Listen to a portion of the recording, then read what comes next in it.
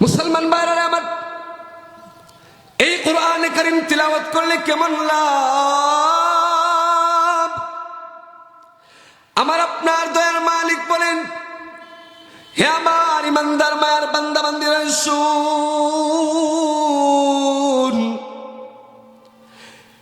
ইন্নামাল মুমিনুনা আল্লাযীনা ইযা যুকিরাল্লাহু ওয়াজিলাত কুলুবুহুম وإذا تليت عليهم آياته زادتهم إيمانا। আল্লাহ রাব্বুল আলামিন বলেন, যারা এই কালামুল্লাহ শরীফ তেলাওয়াত করবে, তেলাওয়াত করলে কি লাভ হবে? বলে রে বান্দার বান্দি, তেলাওয়াত করার কারণে তোমার ইমানটা যে নিবু নিবু ইমান, ওই নিবু নিবু ইমানটা তোমার, ওই ইমানত্বের নিবু নিবুটা দূর হইয়া এবার তোমার ইমানের মধ্যে আল্লাহর পক্ষ থেকে ইমানি পাওয়ার, নুরানি পাওয়ার চলে আসবে। যে মানুষের ইমানের মধ্যে তার সঠিকভাবে ইমানি পাওয়ার চলে আসবে, ওই মানুষ আর কোনদিন মদের টাকা যেতে পারে না। ঠিক না ঠিক? জোরে বলেন। যে মানুষের ভিতরে ইমানের ইমানি পাওয়ার চলে আসবে, ওই মানুষ শুধু দ্বারস্থ হতে পারে না, ওই মানুষ ঘুষের দ্বারস্থ হতে পারে না, ওই বান্দা মদের বোতল লিয়া বা আর হিরুনের বোতলটা হাতে নিয়া গড় গড় ডাকাইয়া মদ পান করতে পারবে? জোরে বলেন না, পারবে?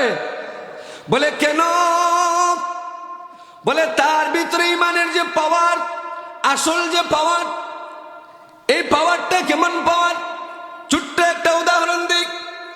আমাদের চুলার মধ্যে মহিলারা যখন রান্না করে, রান্না করার পরে লাকড়ি দিয়ে রান্না করার পরে লাকড়ির মধ্যে সর্বশেষ নিবু নিবু অবস্থায় একটা আগুন জ্বলতে থাকে। আগুন, কথা কন না, ঠিক না?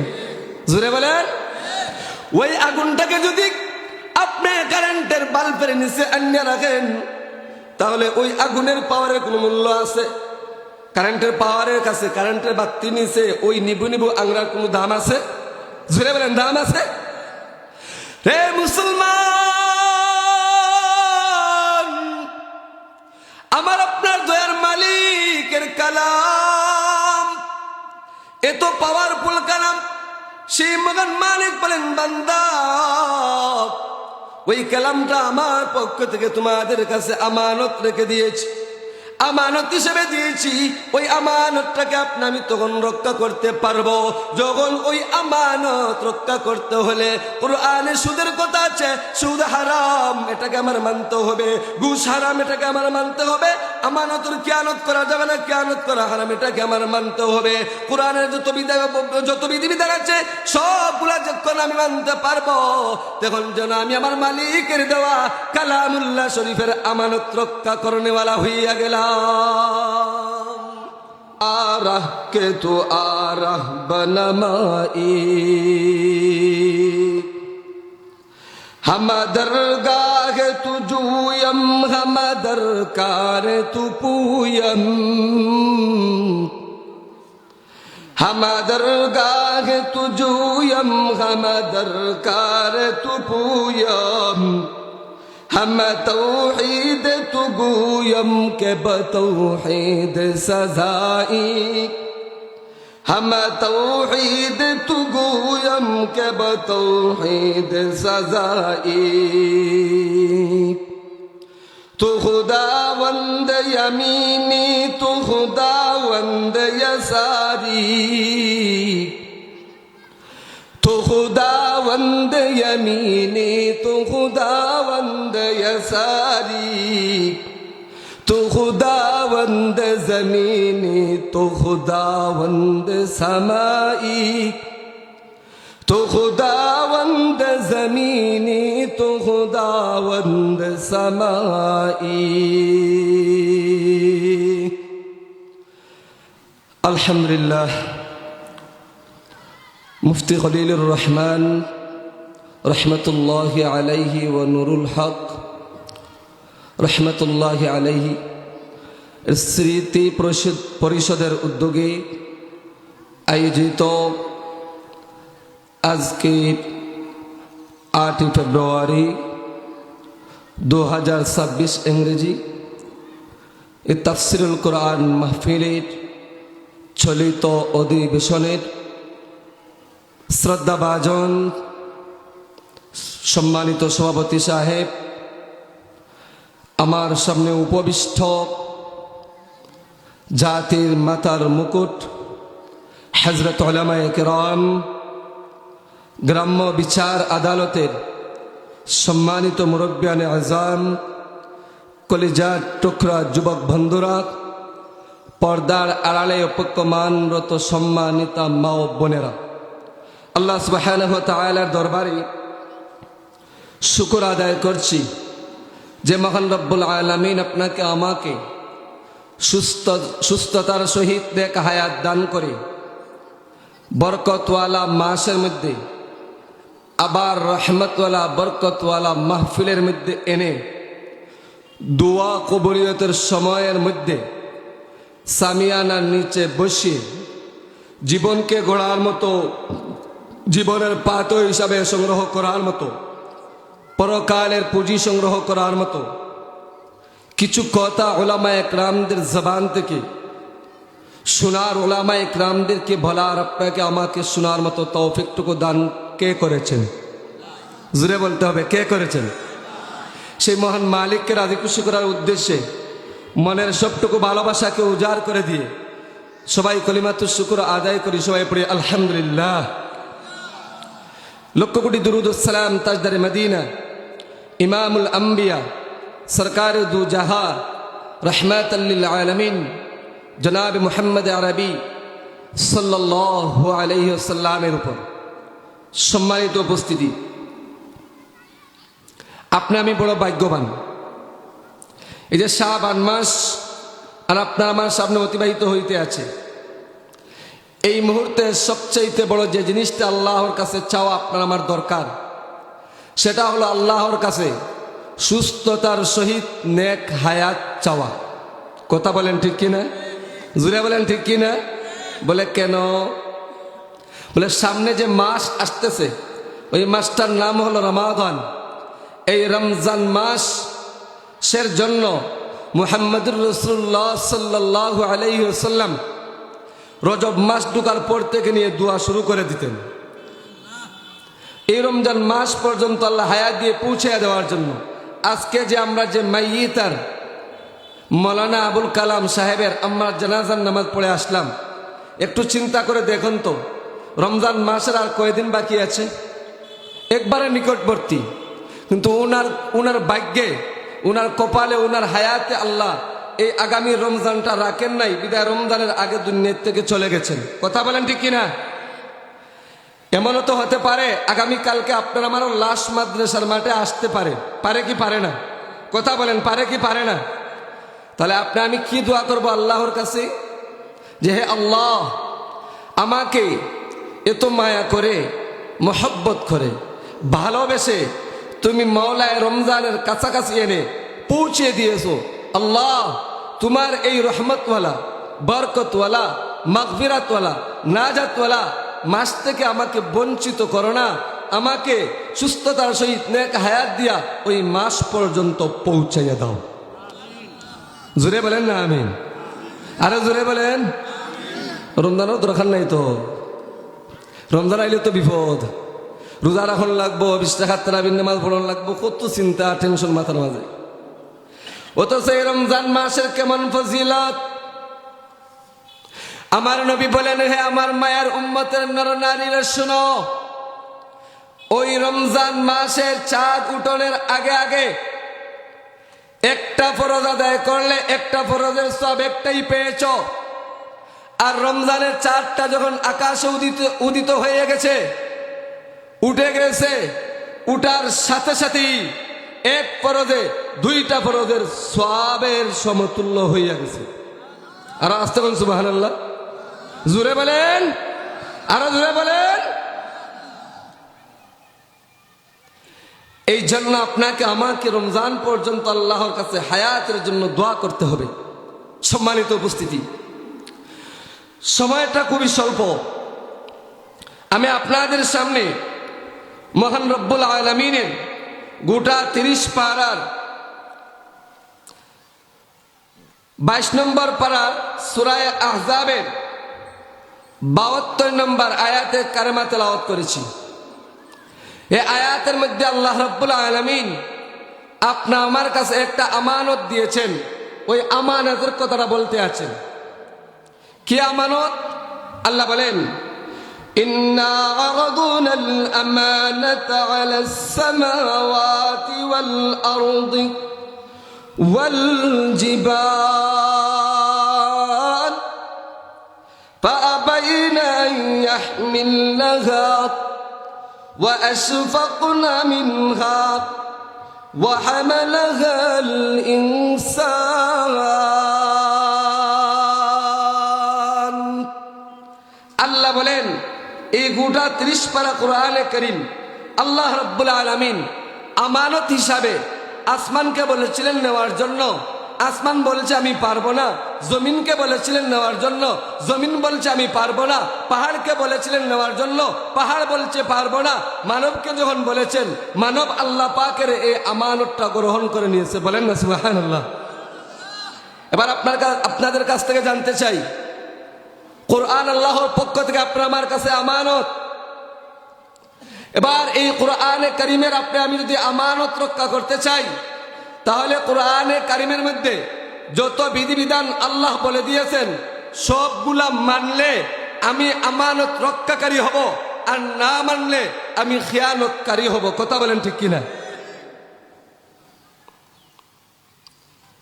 এই কোরআন আল্লাহ আপনার আমার কাছে আমানত দিয়েছে। এবার ওই কোরআনকে যদি আমি গোয়ারের তাকিয়ার উপরে, তাড়িয়ার উপরে, সেলফের উপরে রেখে দেই, সারা বছর যায় তিলাওয়াত না করি, তাহলে কোরআনের আমানতদারির আমানত আদায় হবে নি? কথা বলেন, আদায় হবে নি? আদায় হবে না।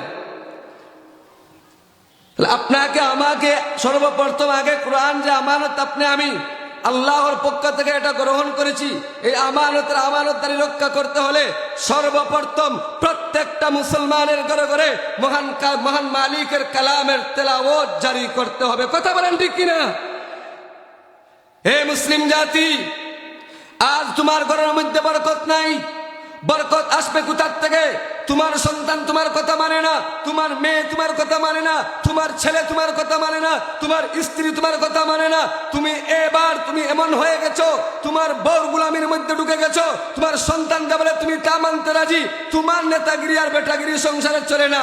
না চলার মূল কারণ হলো যে ঘর থেকে মহান রব্বুল আলামিনের কালাম বের হয়ে গেছে, ওই ঘরের মধ্যে রহমত আর বরকত নাই। বরকত বন্ধ হয়ে যাওয়ার কারণে শয়তান ঢুকে ওই ঘরটার একবারে তছনছ করে সংসারের মধ্যে শুধু ফিতনা আর ফিতনা, অশান্তি আর অশান্তি তৈরি করিয়া দিতে আছে। কথা বলেন ঠিক কিনা? আমি যদি আপনার আমার সাংসারিক জীবনে আবার শান্তি ফিরে পেতে চাই, আরাম আয়েশের জিন্দেগি কাটাতে চাই, তাহলে আপনাকে আমাকে প্রত্যেকটা মুসলমানের ঘরে ঘরে ওই মহান মালিকের কালামুল্লাহ শরীফের তেলাওয়াত জারি করতে হবে। কথা বলেন ঠিক কিনা? এই কালামুল্লাহ শরীফ আপনার আমার কাছে আমানত। ওই আমানত আমি তখন রক্ষা করতে পারবো যখন ওই কোরআনে কারীমকে আমি তিলাওয়াত করব। হে দুনিয়ার মানুষেরা শুনো, শুধুমাত্র তিলাওয়াত করেছো, আমানত রক্ষা করেছো, কিন্তু আমার দয়ার মালিক বলেন, হে আমার মায়ের বান্দার বান্দিরা শুন, ওই কালামুল্লাহ শরীফের এত পাওয়ার, এত মুজিজা আল্লাহ দিয়েছেন। ওই কালামুল্লাহ শরীফ যারা তেলাওয়াত করে করে করে করে তার জবানটাকে তরুতাজা রাখবে, কোরআনে কারীম তিলাওয়াত করে করে তার জবানটাকে চালু রাখবে, কাল কিয়ামতের ময়দানে, হাসরের ময়দানে ওই বান্দা বান্দির জন্য মহান মালিকের 30 পারা কোরআনে কারীম আল্লাহর কাছে সুপারিশ করবে। আর আসতে পারেন সুবহানাল্লাহ। মুসলমান ভাইরা আমার, এই কোরআনে কারীম তিলাওয়াত করলে কেমন লাভ? আমার আপনার দয়ার মালিক বলেন, হে আমার ইমানদার মায়ের বান্দা বান্দিরা শুন,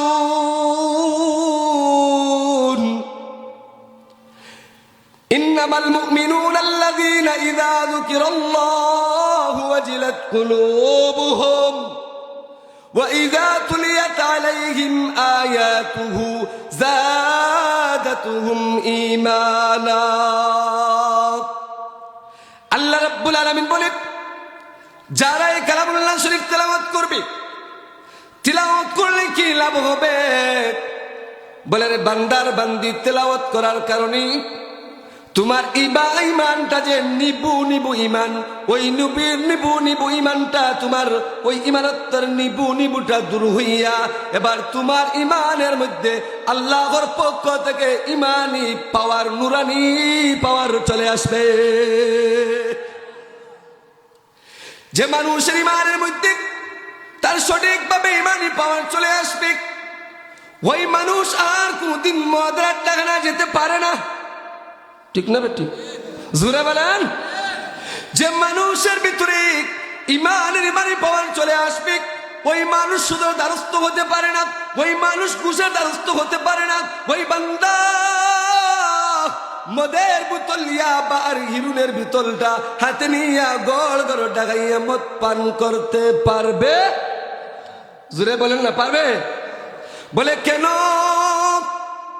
বলে তার ভিতরে ইমানের যে পাওয়ার, আসল যে পাওয়ার, এই পাওয়ারটা কেমন পাওয়ার? ছোট্ট একটা উদাহরণ দিই। আমাদের চুলার মধ্যে মহিলারা যখন রান্না করে, রান্না করার পরে লাকড়ি দিয়ে রান্না করার পরে লাকড়ির মধ্যে সর্বশেষ নিবু নিবু অবস্থায় একটা আগুন জ্বলতে থাকে। আগুন, কতক্ষণ না, ঠিক না? জোরে বলেন। ওই আগুনটাকে যদি আপনি কারেন্টের বাল্বের নিচে আনিয়ে রাখেন, তাহলে ওই আগুনের পাওয়ারের কোনো মূল্য আছে? কারেন্টের পাওয়ারের কাছে, কারেন্টের বাতি নিচে ওই নিবু নিবু আংরার কোনো দাম আছে? জোরে বলেন, দাম আছে? রে মুসলমান, আমার আপনার দয়ার মালিকের কালাম এত পাওয়ারফুল কালাম, সেই মগান মালিক বলেন, বান্দা ওই কালামটা আমার পক্ষ থেকে তোমাদের কাছে আমানত রেখে দিয়েছি, আমানত হিসেবে দিয়েছি। ওই আমানতটাকে আপনি আমি তখন রক্ষা করতে পারবো যখন ওই আমানত রক্ষা করতে হলে কোরআনে সুদের কথা আছে, সুদ হারাম, এটাকে আমার মানতে হবে। ঘুষ হারাম, এটাকে আমার মানতে হবে। আমানতের খেয়ানত করা যাবে না, খেয়ানত করা হারাম, এটাকে আমার মানতে হবে। কোরআনের যত বিধিবিধান আছে সবগুলা যখন আমি মানতে পারবো, তখন যেন আমি আমার মালিকের দেওয়া কালামুল্লাহ শরীফের আমানত রক্ষা করনেওয়ালা হইয়া গেলাম। আর যদি আমি আমার কুরআন অনুযায়ী জীবন না গড়ি, নিজের জীবনটাকে মন মতো জীবন পরিচালনা করি, রে মুসলমান, আপনার আমার জীবন 3.5 হাত বডিটা, এর মালিক আপনি আমি নাকি আল্লাহ? জুড়ে বলেন, আরো জুড়ে। কবি বলেন, ये अमानत चंदे रूज़े नज़्दे मास, ये अमानत चंदे रूज़े नज़्दे मास, दर हकीकत हर शय मालिक खुदा आस। कवि बोलेन, रे पृथ्वीर मानुषेरा शुन, দুনিয়ার জীবনে সব কিছু তুমি বলতেছো আমার আমার আমার আমার বলে জীবনটা বিসর্জন দিয়া দিতে আছো।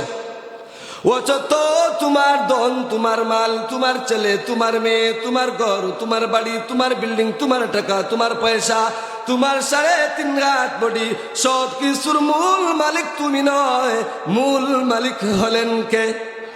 আরো জোরে, আল্লাহ। এবার বলবেন, আল্লাহ যদি মালিক হন তাহলে এটা আপনার আমার কাছে কেন? বলে আপনাকে আমাকে আমানত হিসাবে দেওয়া হয়েছে। বলে কেমনে আমানত দেওয়া হয়েছে? আরো সহজে বুঝে নেন। দুনিয়াতে দেখবেন একজন জায়গার মালিক, জায়গার মালিক আব্দুর রহমান, খাওয়ানে আব্দুল্লাহ, আছে না নাই? জোরে বলেন, আছে না নাই? আপনার আমার গোটা জীবনের মূল মালিক হলেন আল্লাহ। খাওয়ানে হলাম আপনি আর আমি। খাওয়ানে যদি বেদাল করি তাহলে আমানত আপনি আমি রক্ষা করতে পারবো না। আপনাকে আমাকে মহান মালিক ৬০-৬৫ বছর জীবন দান করেছেন, ওই জীবনটাকে আপনার আমার দেওয়া মহান মালিকের কাছ থেকে আনা, ওই আমানত দিয়ে আপনার আমার জীবনটাকে সাজাতে হবে। যদি সাজাতে পারি, আল্লাহ বলেন আমার মায়ের বান্দা বান্দিরা শুন, যারা আমার কোরআনের বিধান অনুযায়ী তার জীবনটাকে সাজাইয়া গুছাইয়া সুন্দর করে নিবে, ওই বান্দার বান্দি মরণের সময় দৌলত ঈমান কালেমা পড়ে পড়ে তার মৃত্যু হবে না। কালিমা মরণের সময় কালেমার দরকার নাই তো, সুবহানাল্লাহ ওয়া আন্না মনে মনে ওইরা গাঁর মেসা সুবহানাল্লাহ দিকে তা কথা, সুবহানাল্লাহ আলহামদুলিল্লাহ গাঁর মেসাব লাগে না, এটা সব কিছু সমান। আমার দয়ার নবী বলেন আমার মায়ের উম্মতের নারীরা শুন, দুনিয়ার জমিনের মধ্যে আমার যে বান্দা একবার, আমার নবী বলেন আমার যে উম্মত একবার সুবহানাল্লাহ বলবে, ওই একবার সুবহানাল্লাহ বলনেওয়ালা বান্দা আর বান্দির জন্য মহান মালিক জান্নাতের ভিতরে ওই বান্দা আর বান্দির নামে একটা ফলের গাছ লাগাইয়া দেন। তা দুনিয়ার ফল না, দুনিয়ার মেডিসিন মারা আপেল খাইলে পেটো খায়, লাউ গুড় চিড়ে খায় আর বাথরুম কত দূর, ইতা ফল না। ইতা ফল এমন স্বাদ, শুধু স্বাদ আর স্বাদ, ইতা খাওয়ানোর পরে পেটে কোনো গন্ডগোল হইতো না। এখন না সুবহানাল্লাহ। মুসলমান বানারে আমার, সেই মহান মালিক বলেন বান্দা যদি আমার দেওয়া আমানত এই কোরআনের বিধান অনুযায়ী তুমি তোমার জীবনটাকে সাজাইয়া গুছাইয়া আসতে পারো, তাহলে ১ নম্বর লাভ হলো মরণের সময় দৌলতি ঈমান কালেমা পড়ে পড়ে পড়ে তোমার মরণ হবে। ২ নম্বর হলো রে বান্দা বান্দি, মরে যখন কবরে আসবে মরণের পরে আমি আল্লাহ তোমার কবরটাকে জান্নাতের বাগান বানাইয়া দিব। এরপরেও শেষ না রে বাবা, না না, আমার আপনার দয়ার মালিক বলেন বান্দারে আমার কোরআন দিয়া যদি তুমি তোমার জীবনটাকে সাজাইয়া গুছাইয়া নিয়ে আসতে পারো, যেই কঠিন হাসরের ময়দানে মালিকের আরশের ছায়া ছাড়া আর কোনো ছায়া বাকি থাকবে না, আর কোনো আরামের জায়গা থাকবে না।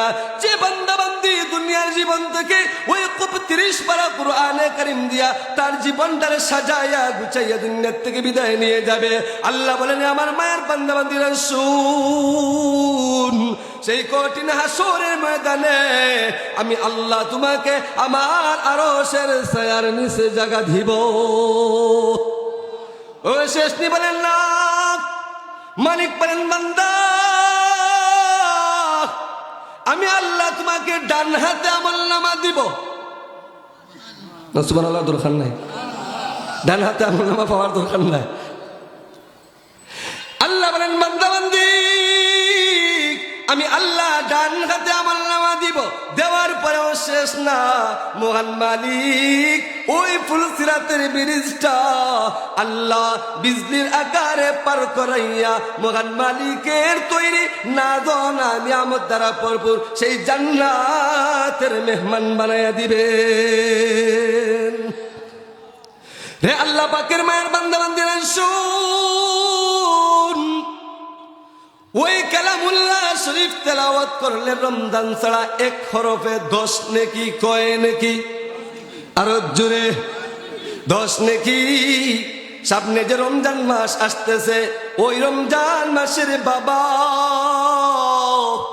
ও জন্মস্থানের মুরব্বী বাবারা, যুবক বন্ধুরা, ও পর্দার আম্মাদানেরা শুন, পবিত্র রমজান মাসের চাঁদ যখন উদিত হইয়া যায় আকাশে, উদিত হইয়া যাওয়ার আগে ছিল ১ হরফে ১০ নেকি, আর যখন উদিত হইয়া যায় ১ হরফে ১০ নেকি নয় রে, ১ হরফের বিনিময়ে তিলাওয়াত করনেওয়ালার নামায়ে আমলের মধ্যে আমার মালিক ৭০০ নেকি লিখে দেন। তাহলে এবার রমজানে কোরআন শরীফ তিলাওয়াত করার দরকার আছে না নাই? এবার বলবেন হুজুর আপনি তো আমরার মানুষ, আমি তো তিলাওয়াত পারি না, কি করব? বাবা তুমি যদি তিলাওয়াত না পারো, তিলাওয়াত শেখার চেষ্টা করো। এও যদি তোমার দ্বারা সম্ভব না হয়, যে তিলাওয়াত করে, তিলাওয়াত করনেওয়ালার পাশে তুমি মনোযোগ দিয়া তিলাওয়াত শোনো। ওই তিলাওয়াত করনেওয়ালা তিলাওয়াত করে করে প্রত্যেকটা হরফের বিনিময়ে যেভাবে 700 নেকি আল্লাহ তাকে দান করেছিলেন, তুমিও মনোযোগ সহকারে শোনার কারণে, শ্রবণ করার কারণে মহান মালিক তোমার নামায় আমলের মধ্যে 700 নেকি লিখে দিবেন। তাহলে কোরআনের তিলাওয়াত দরকার আছে না নাই? জুড়ে বলেন আছে না নাই? এই যে 30 পারা কোরআনে কারীম আল্লাহ আপনার আমার কাছে আমানত রেখেছে, ওই আমানতকে আপনার আমার হেফাজত করতে হবে, আমানতকে রক্ষা করতে হবে। আমানতকে কেমনে রক্ষা করব? তালিয়ার উপরে, সেলফের উপরে, তাকের উপরে কোরআনে কারীম রাখলে আমানত রক্ষা করতে পারবো। বড় আফসোস লাগে, হুজুররা যখন প্রায় সময় অনেক বাসায় বাড়ির মধ্যে যায় খতমে কোরআন পড়ার জন্য, যাওয়ানোর পরে অনেক বাড়ি, অনেক পরিবারে একদিন কোরআন শরীফও মিলে না তিলাওয়াত করার লাগিয়া। এটা আছে না আমরা সমাজও? জুড়ে বলেন আছে না নাই? কেমন মুসলমান আমি এমন মুসলমান হইলাম যে কোরআনে আমার সব কিছু, কিন্তু ওই কোরআন তো পড়া দূরের কথা, ওই কোরআনে একটা কপিও আপনার আমার ঘরের মধ্যে নেই। রে জন্মস্থানের আল্লাহ পাকের মায়ের বান্দাবান্দিরা শুন, দুইটা পা বাড়ায় দাও, পায়ে হাত রেখে বলি রে বাবা, ও পর্দার আম্মা জানেরা, দুইটা পায়ের তো তোমার লাগাল পাবো না, এরপরও দূর থেকে তোমার পায়ে হাত রেখে বলতে আসি রে মা, তোমার ঘরের মধ্যে তুমি কোরআন তেলাওয়াত জারি করো। ও বাবা, তোমার পরিবারের মধ্যে, তোমার ঘরের মধ্যে তুমি কোরআন তেলাওয়াত জারি করো। ওই কোরআন তেলাওয়াত করলে তোমার সাংসারিক জীবনে যত অশান্তি আছে সব অশান্তিগুলা দূর করে দিবেন কে? আরো জোরে। যে সংসারের মধ্যে মহান মালিকের কালামুল্লাহ শরীফ তেলাওয়াত হবে, ওই সংসার থেকে শয়তান দূরে থাকবে, ওই সংসারে শয়তান আসতে পারবে না, স্বামী স্ত্রীর মধ্যে মাইল লাগাইয়া দিতে পারবে না, ঝগড়া বিবাদ তৈরি করে দিতে পারবে না, বাপ বেটার মধ্যে ঝগড়া তৈরি করে দিতে পারবে না, মা মেয়ের মধ্যে ঝগড়া বিবাদ তৈরি করে দিতে পারবে না, ছোট ভাই বড় ভাইয়ের মধ্যে ঝগড়া তৈরি করে দিতে পারবে না। বলে কেন? বলে যে ঘরে শয়তানের জায়গা নাই, এই ঘরের মধ্যে কোনো ফিতনা হওয়ারও সম্ভাবনা না আছে। তাহলে শয়তানের জায়গা দিতাম না আল্লাহর রহমতের জায়গা দিতাম? জোরে হোক, কোনটা জায়গা দিতাম? ওরে আল্লাহ, আমার মুসলমান ভাইরা,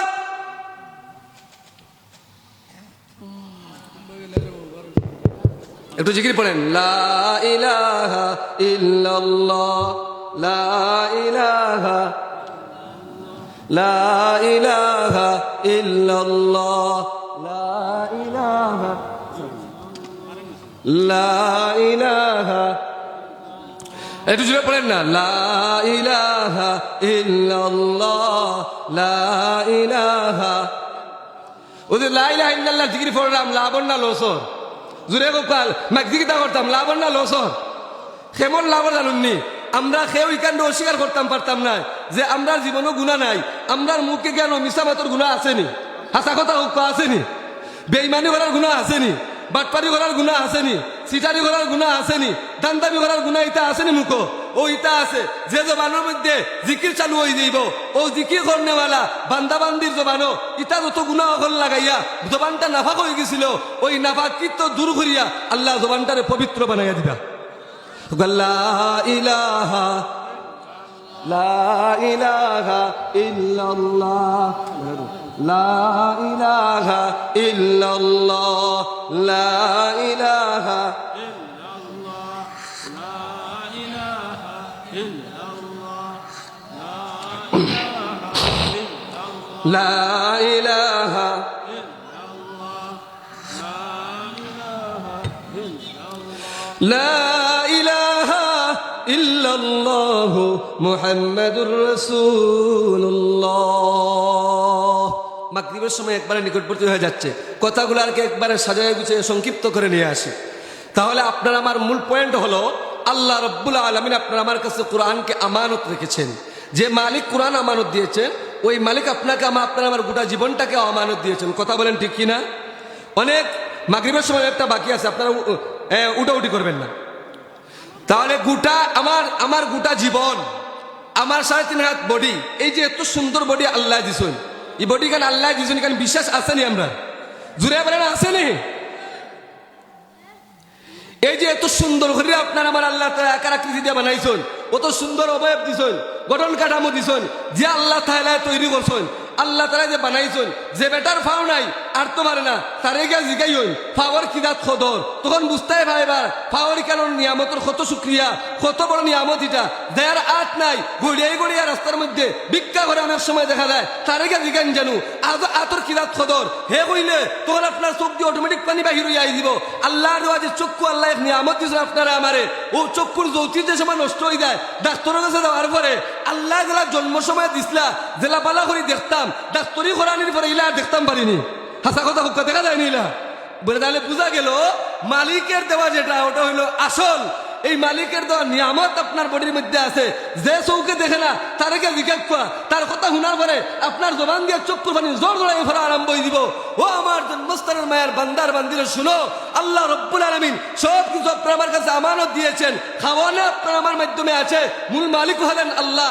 যে বান্দার বান্দি তার গোটা জীবনটাকে মহান মালিকের দেওয়া ওই আমানত গুলাকে রক্ষা করিয়া, আমানতের খেয়ানত না করিয়া জীবনটাকে সাজাইয়া গুছাইয়া জীবনটাকে পরিচালনা করতে পারবে, ওই বান্দার বান্দি মরার সময় দৌলতি ঈমান নসিব হবে। ওই বান্দার বান্দি কবরে যাওয়ার পরে কবরটা তার জান্নাতের বাগান হবে। ওই বান্দার বান্দি হাসরের ময়দানে যাওয়ার পরে আরশের নিচে জায়গা পাবে। ওই বান্দার বান্দি ডান হাতে আমলনামা পাবে। ওই বান্দার বান্দি ফুলসিরাতে বিজলির আকারে পার হইয়া মহান মালিকের নাজুল নিয়ামত দ্বারা ভরপুর জান্নাতের মেহমান হয়ে যাবে।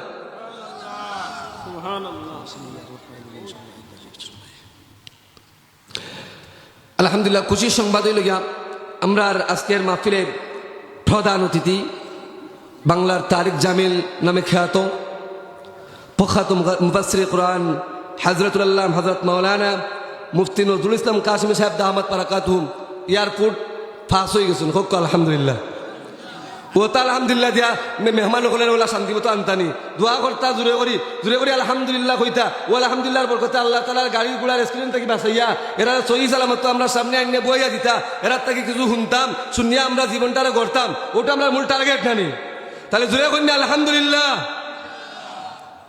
তাহলে যে কথা বলতেছিলাম, এই গোটা জীবন আপনার আমার অবয়ব দেহটা কার পক্ষ থেকে আমানত? জুড়ে বলেন কার পক্ষ থেকে? আরো জুড়ে বলেন কার পক্ষ থেকে? আল্লাহ বলেন বান্দার বান্দি আমি আমার আমানতটাকে তোমরা রক্ষা করতে হলে তোমরা ওই মানুষ হইতে হয়, তাহলে ইবাদত করণ লাগবো। কিতা করণ লাগবো? জুড়ে বলেন কিতা করণ লাগবো? ইবাদত করা লাগবো। আল্লাহ বলেন ওয়ামা খালাকুতুল জিন্না ওয়াল ইনসা ইল্লা লিয়াবুদুন। আল্লাহ বলেন হে আমার মায়ের বান্দা বান্দিরা, আমি আল্লাহ তোমাদেরকে গুণের মানুষ তৈরি করার জন্য, গুণের মানুষ বানানোর জন্য তোমাদের একটা কাজ দিয়ে দিছি। সেই কাজটার নাম হলো আমার গুলামি করা। যারা আমার গুলামি করবে তোমরা আমি আল্লাহর দৃষ্টিতে গুণের মানুষ হিসাবে বিবেচিত হইবে। বলেন সুবহানাল্লাহ। তাহলে আমরা আল্লাহর কাছে গুণের মানুষ হইতাম না বেকার মানুষ হইতাম? ও বাবা আমার মাতুন না কেন, গুণের মানুষ না বেকার মানুষ? গুণের মানুষ হইতাম। তাহলে গুণের মানুষ হইতে হলে আপনারা আমারে আমল করণ লাগবো। আমল ছাড়া গুণের মানুষ হওয়া যাবে না। এবার আসেন, আল্লাহ রব্বুল আলামিন আপনাকে আমাকে এই যে জীবনটা দান করেছেন, জীবনের মধ্যে একটা আমানতের নাম হলো এই যুবক বন্ধুরা, তোমার যৌবনের শক্তি এটা কার পক্ষ থেকে আমানত? জুড়ে বলুন না কার পক্ষ থেকে? আল্লাহর পক্ষ থেকে আমানত। এই যুবকদের শরীরে যৌবনের যে শক্তি আছে, ওই শক্তিটা আল্লাহর পক্ষ থেকে আমানত দেওয়া হয়েছে। যে যুবক বন্ধু আর যে যুবতী বান্দি আপনার ওই যৌবনের শক্তিটারে কাজে লাগাইয়া মালিকের দিনের তরে বিলীন করতে পারবে, মালিককে রাজামন্দি করার উদ্দেশ্যে তার গোটা জীবনটাকে সাজায় লইয়া যাইতে পারবে, ওই যুবক বান্দার বান্দি হাসরের ময়দানে আল্লাহ যখন বলবেন হে আমার আব্দুল্লাহ বান্দা তুমি তোমার যৌবনকালকে কোথায় ব্যয় করেছো, তখন ও বান্দা আর ও বান্দি বলতে পারবে যে আল্লাহ আমি আমার যৌবনকালকে তোমার গোলামির মধ্যে ব্যয় করেছি। বলেন না সুবহানাল্লাহ। আর যে যুবক মনে দিলার সায়লা চলে, মন চায় জিন্দগি চালায়, কোরআন হাদিসের দ্বারের কাছে নাই, শরীয়তের দ্বারের কাছে নাই, কিচ্ছু নাই। বলে ও যুবক বন্ধু, তোমার দুইটা পা বাড়ায় দাও, তোমার পায়ে হাত রেখে বলছি, তুমি তাকায় দেখো, তোমার মতো আমিও তো একটা যুবক, টাটকা যৌবনের মধ্যে এখন আমার অতিবাহিত হইতে আছে। আমার মধ্যে যদি পরিবর্তন আসতে পারে, তোমার মধ্যে কেন পরিবর্তন আসবে না? ওরে যুবক বন্ধু, এই যে যৌবনের শক্তি পাইয়া তুমি যৌবনের মাত্রামি করতে আছো, যৌবনের শক্তি পাওয়ার পরে তুমি হিউরিন ইয়াবা আর ফেন্সিডিলের বোতল হাতে লইয়া গড়গড়াইয়া মদ পান করতে আসো। তোমার যৌবনের শক্তি পাইয়া আজ তোমার যা কিছু মনে চায় সব কিছু করতে আসো। ওরে যুবক, তুমি একটা বার চিন্তা করে দেখো, ও যৌবনের শক্তিটা তোমার আব্বা তোমাকে দেয় নাই, যৌবনের শক্তিটা তোমার আম্মা তোমাকে দেয় নাই। ও যৌবনের শক্তিটা যিনি দিয়েছেন, ও যুবকদের মালিক, আপনার আমার সকলের মালিকের নাম কি? আরো জোরে, মালিকের নাম কি?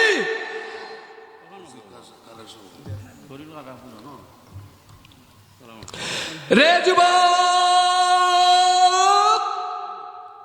দুইটা পা বাড়ায় দাও, পায়ে হাত রেখে বলিস